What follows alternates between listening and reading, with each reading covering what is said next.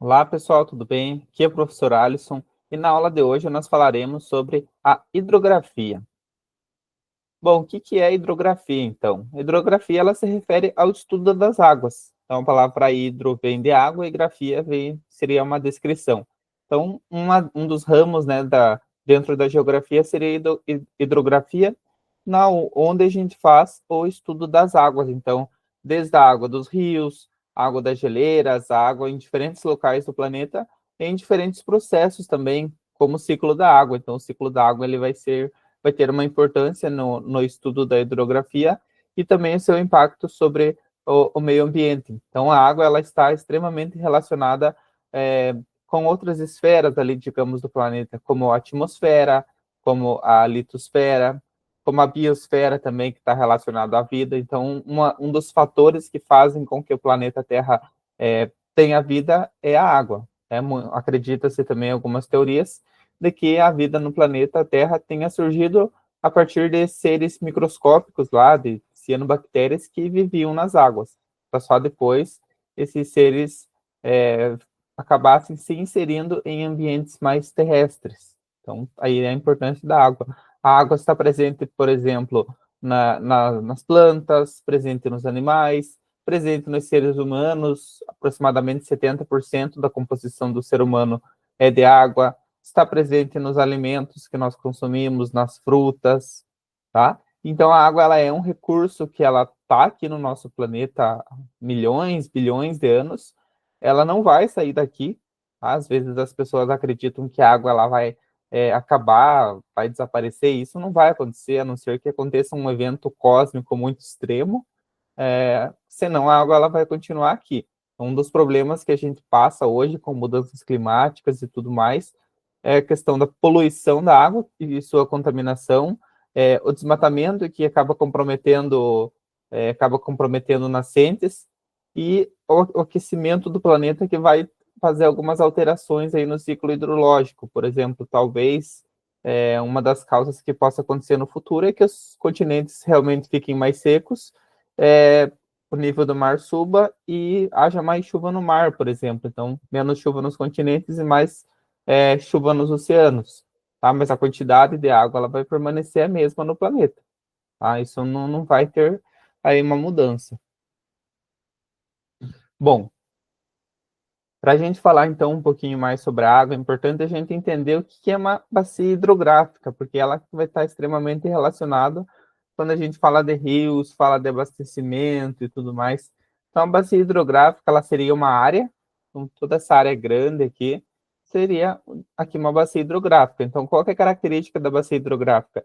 Ela vai ser uma área em que os rios eles vão ali para o mesmo lado. Então, vejam, o rio ele está aqui nesse lado, mas ele está indo para essa direção. Outro rio que está no outro lado está indo para essa mesma direção, ou seja, que seria a parte mais baixa, né? Então, os rios aqui eles estão nascendo nessa parte um pouco mais alta e estão correndo em direção à área mais baixa. Tá? Então, a bacia hidrográfica seria toda essa área aqui. Daí ela vai ser formada por áreas de relevo, vai ser formada por rios, um rio principal, tá? Então, um rio principal e por seus afluentes. Esses outros rios aqui menores que estão ao entorno são chamados de afluentes. Tá? Então, eles vão para o mesmo local, seria a parte mais baixa da bacia. Tem a ver com a bacia mesmo, aquele objeto lá, que ele tem uma borda mais alta dos lados e a parte do meio seria a parte mais baixa. Então, dá para relacionar também. Então, a bacia hidrográfica seria isso. Seria toda essa área aqui de terra, aonde eles vão para a mesma direção. Então, as águas elas vão para a mesma direção, seja a água dos rios, aqui dos afluentes, ou também poderia ser a água da chuva, por exemplo, que ela iria infiltrar e iria escoar aqui para a mesma direção. Então, esses cursos de água eles vão para a mesma direção e depois essa bacia hidrográfica vai ter um final ali que vai ser a foz do rio, vai ser onde o rio termina. A bacia hidrográfica também pode ser chamada bacia de drenagem, né? Porque todas as águas aqui elas vão ser drenadas, elas vão ali para o mesmo ponto. Então, essa é a bacia hidrográfica. Aqui alguns elementos que formam, então, a bacia hidrográfica. Então, a bacia hidrográfica ela vai ter a sua parte mais alta, aqui no relevo, que é chamado de divisor de águas. Então, os divisores de águas, eles que vão delimitar aqui, se, por exemplo, se cai a água da chuva, ela vem para essa direção, ou se a água da chuva que cai irá para outra direção. Claro que aqui do lado vai ter outra bacia hidrográfica. Vai ter bacia hidrográfica de um lado, outra bacia do outro lado e assim por diante. Então, a superfície terrestre ela é formada por aí diversas bacias hidrográficas. Qualquer área do planeta vai estar inserido ali dentro de alguma bacia hidrográfica. Então, além do divisor de águas, que é essa parte mais alta que delimita a bacia, a gente vai ter as nascentes, tá? As nascentes do rio principal ou as nascentes dos afluentes, que é onde o rio nasce, né, basicamente. Nós vamos ter os afluentes, que podem ser pequenos rios aqui, que acabam abastecendo o rio principal. Então, um afluente pode ter outro afluente, como esse caso aqui, que seria um subafluente, que vai ali para um rio principal. Esse rio principal ele pode desaguar em outro rio, seja um rio maior ainda, pode desaguar no mar, no oceano, pode desaguar em outro rio também, no mar, no lago, enfim, tem várias possibilidades, né, da onde vai acontecer a foz desse rio. Então, a foz aqui é onde o rio termina, aqui o final da bacia hidrográfica, né? Então, tem toda essa área aqui, a área mais alta, com, é, com as suas partes, divisor de água, que vai dividir água, as nascentes, que é onde esses rios irão nascer, os afluentes, né, que são os rios que abastecem esse rio maior, e esse rio maior aqui chamado o rio principal de uma bacia hidrográfica. Então, uma bacia hidrográfica, ela pode ter centenas de rios, mas considera-se ali um deles como sendo o rio principal, tá? Que é o que mais vai receber a água dos afluentes, e é onde ele vai ter uma foz que vai delimitar, então, essa bacia hidrográfica. Então, a foz é onde ele termina, que pode ser em outro rio, pode ser no mar, pode ser no lago, tá? Então, essa daqui seria a bacia hidrográfica, para a gente ter uma noção. Aqui, para a gente entender também, essa outra imagem mostra especialmente o divisor de águas. Tá? Então, o divisor de águas seria a parte mais alta aqui do relevo. Ó. Então, aqui está mostrando como uma montanha, mas às vezes não precisa ser uma área tão escarpada, com relevo tão irregular. Às vezes, uma certa elevação ali já é suficiente para delimitar a bacia hidrográfica, especialmente em áreas de planície. Aqui, como tem um relevo mais montanhoso, né, está formando vales. Então, aqui de um lado a gente tem uma bacia hidrográfica, ó, divisor de águas aqui, divisor de águas desse lado. Então, toda a água da chuva, toda a água que tiver dentro dessa área vai descer ali para o meio, para a parte mais baixa, ali para o rio principal. Do outro lado, a mesma coisa. Então, aqui delimita divisor de água, do outro lado, outro divisor de água, e aqui embaixo as águas do rio principal. Então, todas as nascentes que tiverem desse lado ou desse lado, eles vão descer ali para aquele lado. Toda a chuva que cair aqui, ela vai para essa direção aqui do meio. E aqui para cá vai ter outra bacia hidrográfica, para cá vai ter outra bacia hidrográfica, e assim por diante. Então, o divisor de águas que vai determinar para onde que a água vai, para onde que a água das nascentes, para a água da chuva vai ser drenada, para qual lado que elas vão. Então, elas que fazem ali a separação das bacias hidrográficas, tá? Então, geralmente tem que ser essa parte mais alta do relevo. Pode ser uma cadeia de montanhas, por exemplo, pode ser áreas de planalto ali, não precisa ser necessariamente só as montanhas. Tá? Às vezes nós temos áreas, essas áreas elas podem ser extremamente grandes. Aqui parece que é uma área pequena, porque é uma área montanhosa, mas as bacias hidrográficas, elas podem ter milhões de quilômetros quadrados, por exemplo, milhões de hectares, só para a gente ter uma ideia. Vou mostrar um pouquinho mais para frente. Bom, aqui falando um pouquinho sobre os tipos de foz. Então, a foz deixa eu mostrar no outro aqui. Aqui a foz é onde o rio termina, onde ele vai se encontrar ali, então, com outro rio, ou onde ele vai cair terminar num lago, ou encontrar com o oceano.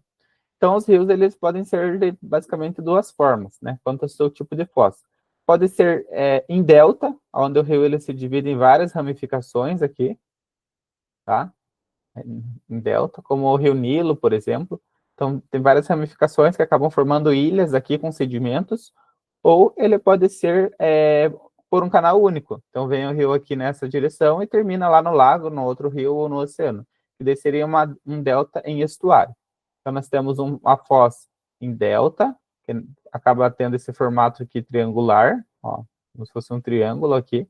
Então, geralmente, um rio ali de planície, então ele acaba trazendo muitos sedimentos, então um rio que consegue trazer muitos sedimentos para esse local, esses sedimentos acabam se acumulando aqui, formando essas ilhas de sedimentos ali próximo da sua foz. Então, isso faz com que seja uma foz em delta. Ou, às vezes, a água vem muito mais rápida e consegue jogar os sedimentos para longe, assim, para uma área mais longe da sua foz. E ele acaba formando, então, uma foz em estuário. Então, quando ele se divide em várias ramificações, é a foz em delta, e quando é um único canal ali onde ele faz a sua foz, é a foz em estuário. Essa aqui é a diferença ali dos tipos de foz. Tá? Então, nós temos alguns famosos aí no mundo que têm esses tipos de foz. Tá?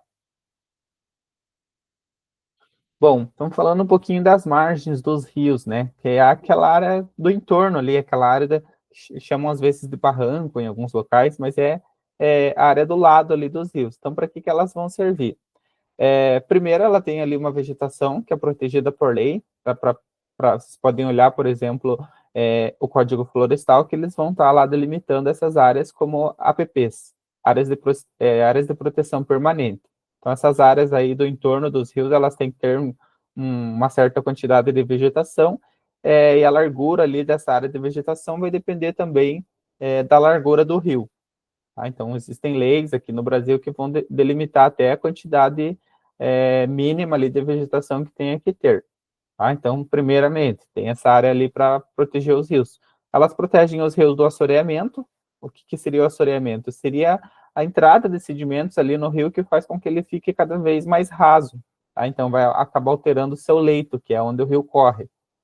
Então, protege do assoreamento, as próprias raízes das árvores protegem do assoreamento para que não caia muitos sedimentos e terra, e solos, e pedras, e rochas dentro do rio. A vegetação também vai servir para preservação da biodiversidade, de animais, espécies de plantas e tudo mais. E nesse exemplo que está mostrando aqui, serve para as áreas de várzea. Então, tem muitos rios aí que correm em áreas relativamente planas. Então, você acha que o rio está correndo ali, está tranquilo, mas numa época de chuva, que chove bastante, esse rio acaba enchendo muito. Geralmente, ele acaba recebendo água de outros afluentes, fazem com que ele enche. Então, ele sobe bastante e essa área se chama planície de inundação, que é uma área própria mesmo, que o rio enche, acaba transbordando, essa água ocupa ali aquela área e depois ela volta. Tá? Então, se tiver uma vegetação ali, até ajuda ali nesse sentido. Agora, quando o espaço é alterado, por exemplo, o rio, às vezes, ele pode ser retificado, pode ser canalizado, então muda-se totalmente essa dinâmica natural aqui do rio, retira essa vegetação, coloca casas. Quando acaba acontecendo uma chuva muito grande, uma época de chuvas, principalmente chuvas de verão, que cai muita quantidade ali num período muito curto de tempo, então isso vai fazer com que esse rio não tenha mais essa área aqui que ele inunda, não vai ter mais essa planície de inundação. Então, quando ele aumentar o seu nível e acabar transbordando, vai acabar atingindo as casas, especialmente populações mais vulneráveis que vão acabar sofrendo aí com esse tipo de situação. Além disso, essas árvores, essa vegetação, ela vai servir também para proteger os rios, para proteger as nascentes, então é muito importante que a gente tenha essa vegetação. São as APPs, que é chamada de mata ciliar também. Então, muito parecido com os nossos cílios, que protegem os olhos, a mata ciliar tem como objetivo proteger os rios. É importante que se tenha essa vegetação e que se respeite a dinâmica do rio.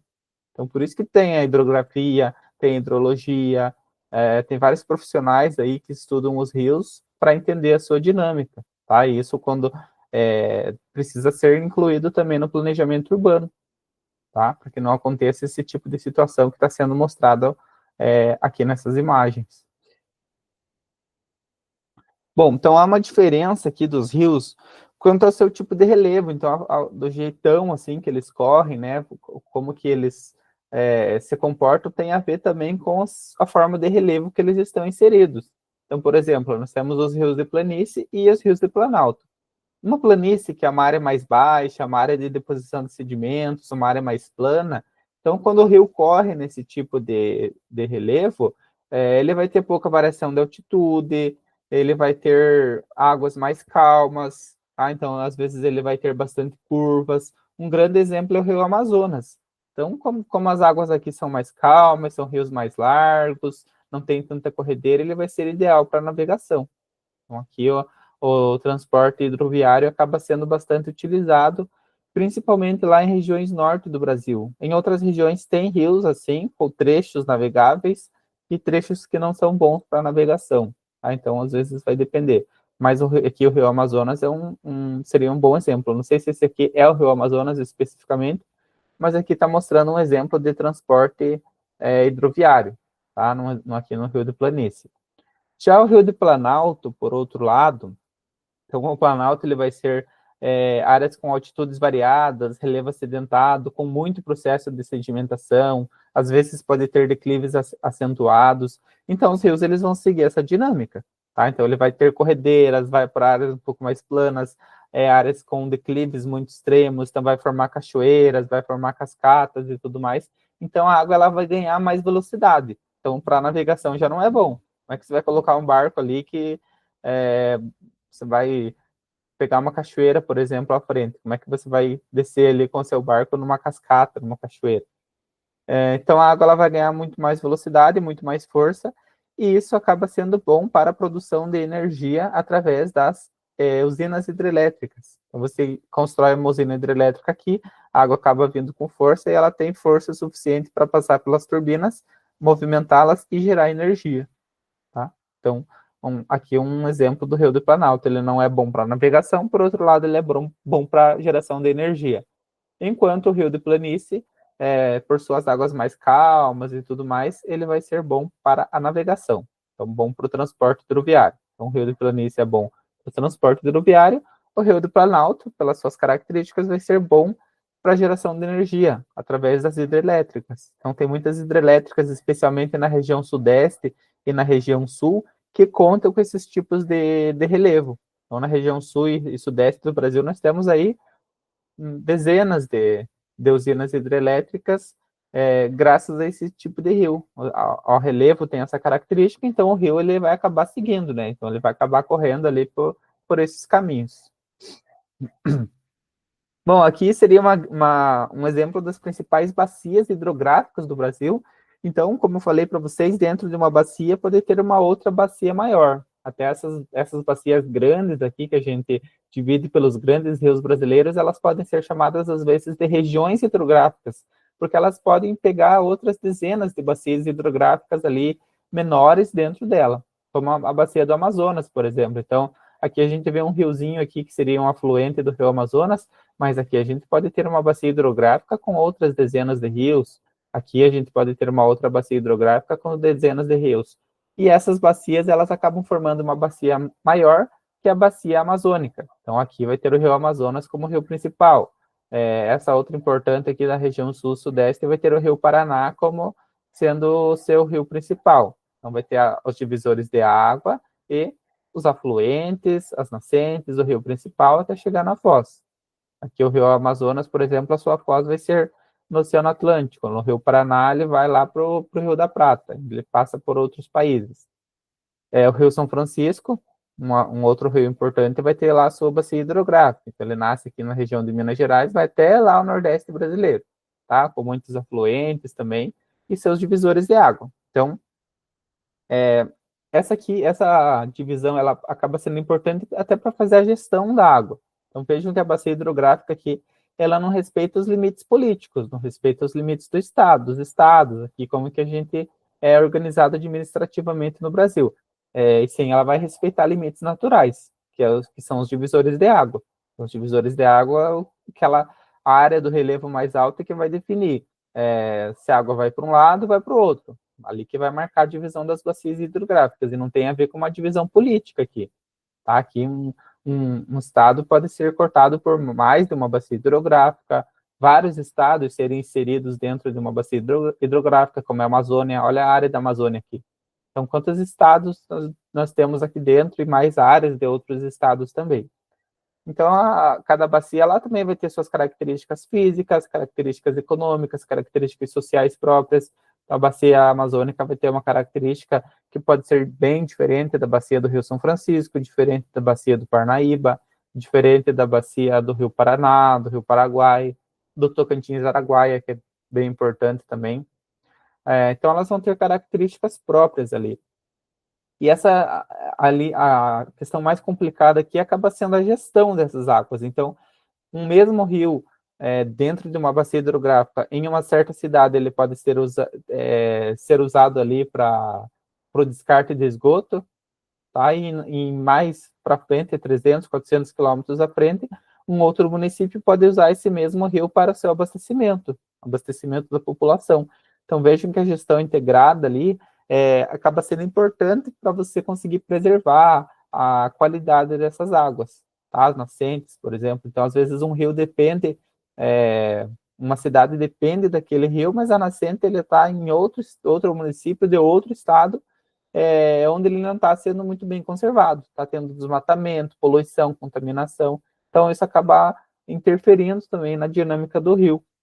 Tá? Então, vejam que às vezes o rio, você depende do rio em uma região, mas a nascente dele é em outro estado. Aí, como que você vai cobrar outro estado para preservar o rio porque você precisa dessa água? Então, aqui que entra uma questão importante, que seria a gestão dessas bacias hidrográficas.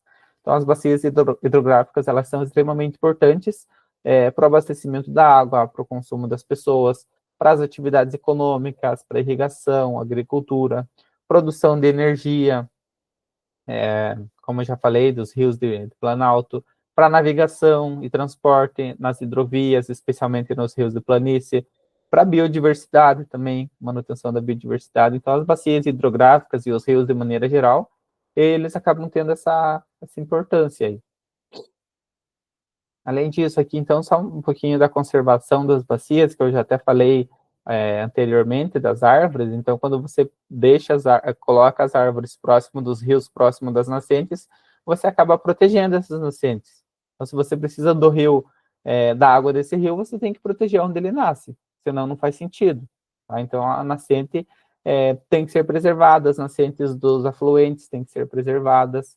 Então, tendo essa vegetação aí preservada, a gente consegue fazer com que essa nascente continue existindo, tá? Sem contaminação e sem que ela seque. Tá? Às vezes, quando você retira a vegetação da nascente, próximo da nascente, a nascente ela pode acabar secando, tá? Porque o solo pode ficar mais compactado, o solo não vai conseguir absorver aí tanta água, então vai acabar tendo muito mais escoamento do que infiltração, e isso acaba alterando também o regime de nascentes, por exemplo.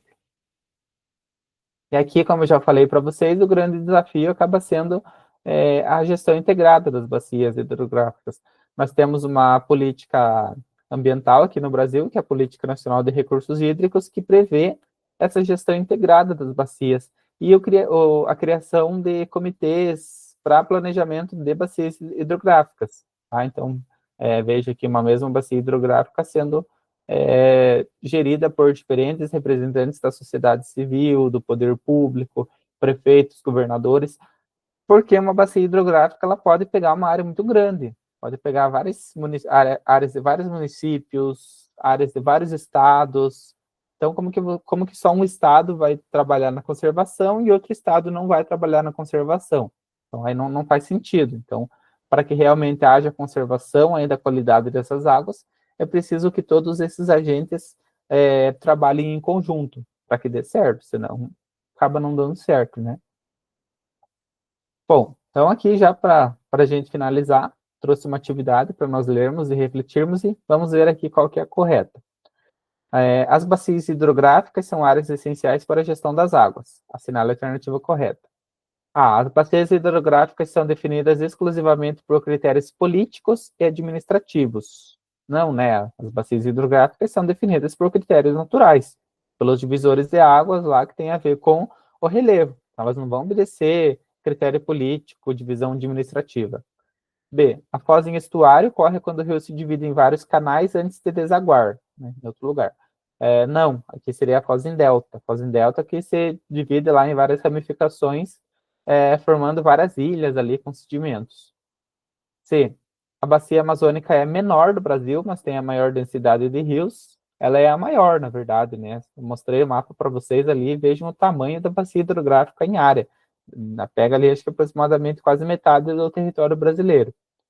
D, uma bacia hidrográfica composta por um rio principal, afluentes e o divisor de águas. Sim, né? Então, já vamos marcar aqui. E aí, a maior parte dos rios brasileiros é de regime nival. Então, o regime nival tem a ver como que eles são abastecidos, tá? O que está errado também. Então, o regime nival seria rios que são abastecidos pelo degelo da neve. Então, no caso, os rios eles podem ser nival, de neve, podem ser pluviais, que são abastecidos por chuvas, que é a maioria dos rios brasileiros, ou regimes mistos, que misturem os dois. Muito bem, pessoal. Então, quero agradecer a atenção de vocês e espero vocês para a nossa próxima aula. Até mais.